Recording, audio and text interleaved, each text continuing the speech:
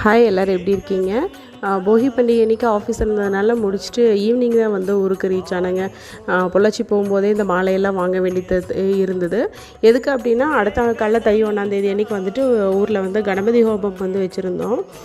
So மாமாவுக்கு வந்து 73 இயர்ஸ்க்கு மேலே ஆகிடுச்சு. ஸோ அதனால் ஒரு ஆயுஷ் ஹோமமும் பண்ணிடலாம் அப்படின்னு சொல்லிட்டு எல்லா ஹோமமும் சேர்த்தே வச்சாச்சுங்க. தை 1 அன்றைக்கி எங்களுக்கு 2 மணிக்கே விடிஞ்சிருச்சுங்க.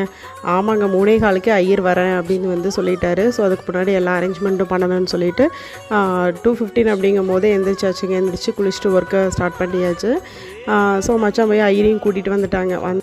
ரொம்பவே நல்லபடியாக முடிஞ்சதுங்க. மனசுக்கும் ரொம்பவே நிறைவாக இருந்துச்சு. மார்னிங் ஹோமம் எல்லாம் முடிஞ்சதுக்கப்புறம் பார்த்துட்டிங்கன்னா ரொம்பவே டயர்ட் ஆகிடுச்சு. ஸோ ஈவினிங் வந்துட்டு 6:30க்கு மேலே தான் நல்ல நேரம் இருந்தது. ஸோ அப்போ வந்துட்டு விநாயகர் பொங்கல் வச்சுக்கலாம் அப்படின்னு சொல்லிட்டு மற்ற ஒர்க்கு பார்க்க ஆரம்பிச்சிட்டோம். விநாயகர் பொங்கலை இன்றைக்கி ஸ்டவ்லேயே வச்சுட்டு பூஜை ரூம்லேயே வந்துட்டு நம்ம சாமியை கும்பிட்டாச்சுங்க.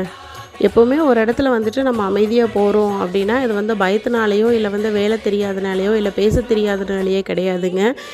எப்போவுமே நம்மளால் எந்த ப்ராப்ளமும் வந்துடக்கூடாது, ஒரு சீன் க்ரியேட் பண்ணக்கூடாது அப்படின்ற ஒரே ரீசன்னால் தான் எல்லா இடத்துலையும் அமைதியாக இருக்கும்.